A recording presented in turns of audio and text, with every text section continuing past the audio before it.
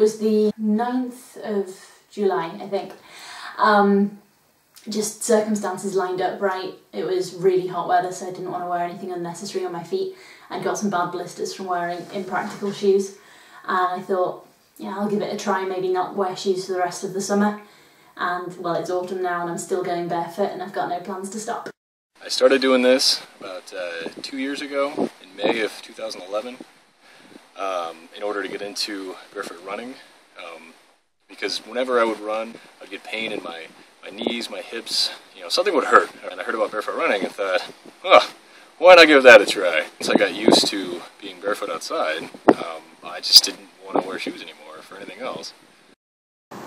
Well, I first started going barefoot when I was a kid in Florida, a British immigrant kid, and then later at college. But the real change was in about 1995, where I did a search for barefoot, and I discovered that there were other people who really liked to go barefoot, and that was the beginnings of the Society for Barefoot Living. At that time it was called Dirty Soul Society, and it was just really empowering to know that I wasn't the only one. 2 years ago, my friend introduced me to Vibram Five Fingers, and before then the concept of minimalist shoes and barefooting was just completely foreign to me. It never crossed my mind even. It was a bit of a gateway drug for me because I was like, oh, I really like feeling the ground and this, like, the freedom of my feet. It was awesome. So it was a really easy step to ditch them. I've started going barefoot. It's, I guess, been about 14 months now. I suppose it would be easy to say I was born barefoot. I've always wanted to. Life has been not very kind in terms of allowing me to, living in a Western society as I do. There was never any one moment. It's, I suppose I've got round it by being furtive and secretive and going barefoot where I can, when I can. I suppose it's only as I've got older and more rebellious and less conformist that I've started to do it more and more publicly. I pretty much knew it was something I wanted to do for a very long time. I realised that as I was very young. I decided to actually go out and do it and stop caring about any reasons why I shouldn't. About 10 years ago, when I left home for the first time, started my degree course and began to feel a sense of independence.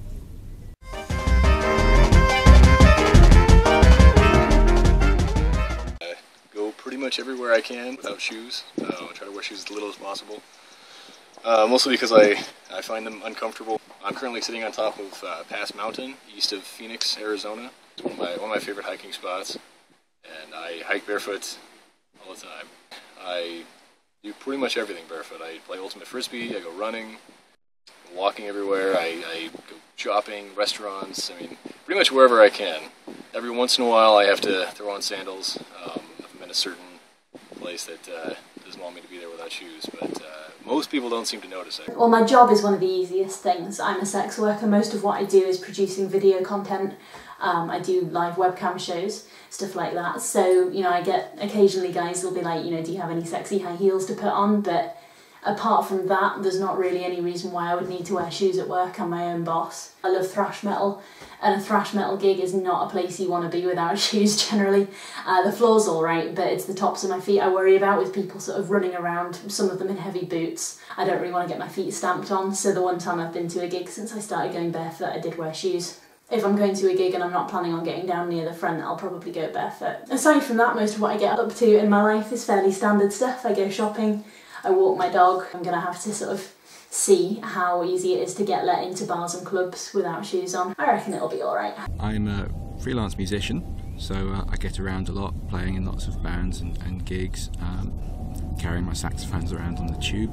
I am a part-time tutor as well, and I'm big football fan. You'll have seen that on my other videos already. I don't have any real difficulty incorporating bare feet into any of those things. I suppose the most difficult thing is when I'm socialising, I just know that I'm not going to get past a bouncer in front of a pub or a nightclub on a Friday or Saturday night. That's no big loss to me. I can go and drink at any other time and socialise with people at any other time. Plus, once you're in a nightclub, for me, I wouldn't want to be doing anything with shoes on there. I'd be so hot and sweaty and uncomfortable. I'd just hate the experience, and it'd be a waste of money for me anyway. I have a dog, I have a beautiful wife, I have a couple of children, we run a car, I pay for a house, I work, work as a chartered chemist. I work in a laboratory. Climb chimneys, measure emissions that come out of them, none of which easily lend themselves to working without shoes. In fact, my work forces me to wear safety shoes, which is particularly unpleasant, and undoes all the good that I think I do by not wearing shoes. I must confess, I don't tend to go barefoot a huge amount around my local town. Too few shops, and I wouldn't like to see myself barred from the only ones I can shop in, but I do tend to spend a lot more time going barefoot when we visit our oldest daughter down on the south coast in Lyme Regis and vicinity. I run a barefoot hiking club, and I have for many years, so I do a lot of barefooting right there with my friends who I've gathered over the years, and we go to various parks. I go shopping, go to most restaurants barefoot. I spend a lot of time in coffee shops because I'm a telecommuter. Pretty much got that cracked as a place to go barefoot. The hardest part of going barefoot for me is probably when I go to the home office in Texas. Really, it would be too much of a distraction. I was in bare feet there. I think a lot of people would say that the work environment is probably the hardest to deal with. Well, I do almost everything. I go to the stores, I go shopping, I go to movies, and I do spend some time in my office barefoot at the university. Unfortunately, I have to wear closed-toed shoes in the lab, but in the office, I kick off my shoes and they don't mind me walking around the building barefoot for the most part. Around campus, out on hikes like here. There haven't been very many places that haven't been barefoot. Certain types of gravel are harder than others, but my feet have gotten pretty tough, so I like that. Easiest things to go barefoot, one thing I do is I do aerial circus. So I do trapeze. You aren't allowed to wear shoes, so I have to say that's probably the easiest place to go barefoot.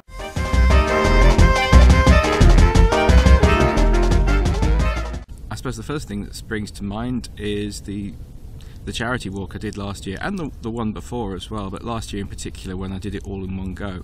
I walked from West London, from QPR, all the way to West Ham over in East London, and that was part of a massive effort organised by a 10-year-old boy. Hopefully we'll be repeating that, so I'll get to talk all about that more later on. But yeah, I did the whole 13 miles, set off from Loftus Road about 4 AM. Had one other QPR fan kindly agreed to come with me and do the walk with me, and then a West Ham fan met us part of the way as he was doing a walk from Millwall, and he'd recently suffered a stroke and everything, so he was on crutches, I was barefoot, and we both walked into the gates at Upton Park to a TV news crew.